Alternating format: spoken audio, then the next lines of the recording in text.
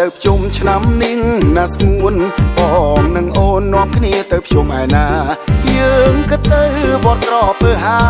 ឬវត្តចំបារាំងសីណាមៀងបងទេអូនចង់ទៅឯណោះវិញទៅអារ៉ាញ់លេងនឹងគេបានម្ដងទៅកំសាន្តហើយមើលប៉ុនផងបងហើយយាយបងគេថាសប្បាយណាស់អូឡាណូ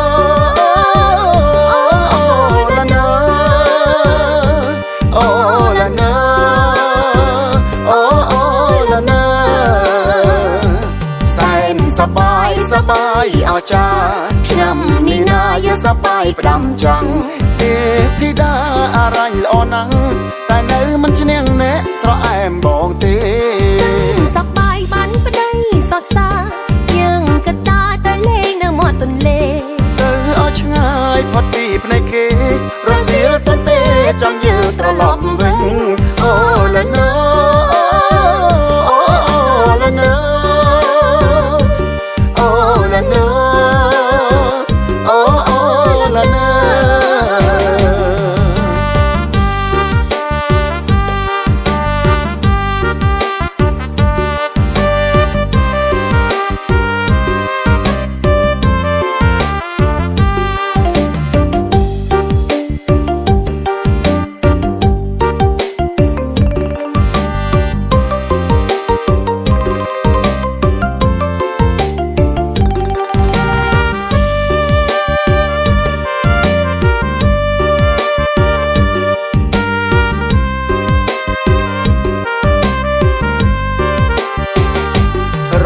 ដើបជុំឆ្នាំនេះណាស្ងួនបងនឹងអូននាំគ្នាទៅភ្ជុំឯណា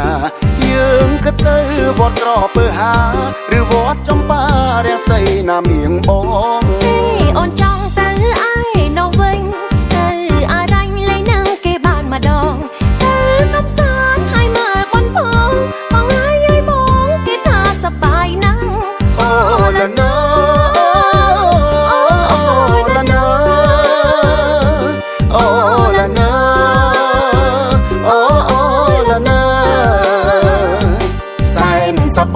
សប្បាយអស្ចារ្យឆ្នាំនេះណាយើងសប្បាយផ្ដាំចង់